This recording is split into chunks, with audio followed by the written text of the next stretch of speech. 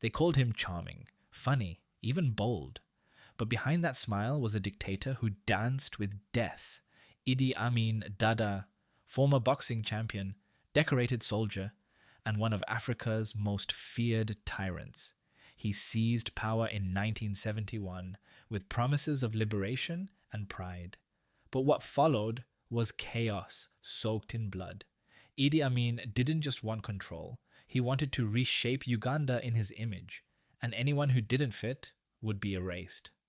In August 1972, Amin stood before cameras and made a declaration that shook the world.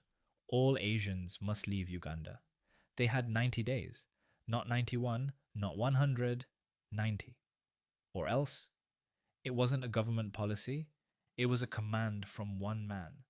Amin claimed a dream told him to do it, that Allah appeared and warned him Asians were sabotaging Uganda's economy. But the truth? He was jealous. The Asian community, mostly Indians and Pakistanis, had built Uganda's businesses, banks, and markets over generations. They were engineers, doctors, tailors, shopkeepers. They created jobs, paid taxes, but they were still outsiders in Amin's eyes. So he ordered their exile. Nearly 80,000 people, born in Uganda, raised in Uganda, told to leave the only home they'd ever known.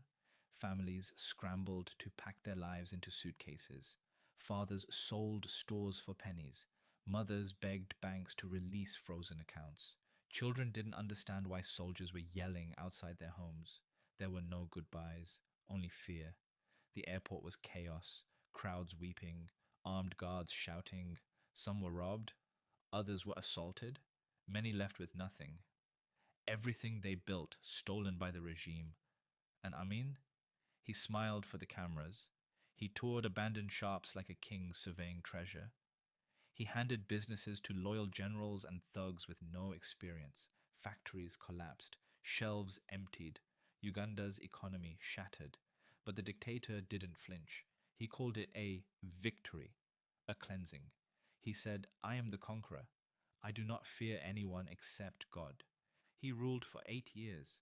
Hundreds of thousands died. And in the end, he fled, died in exile, never punished, but his crimes live on, in memory, in scarred survivors, in silence. Now you know one of them. If this story made you feel something, anger, sadness, disbelief, don't let it fade. Like, share, subscribe. Let history echo louder than tyranny, because silence protects monsters, and truth is how we fight back.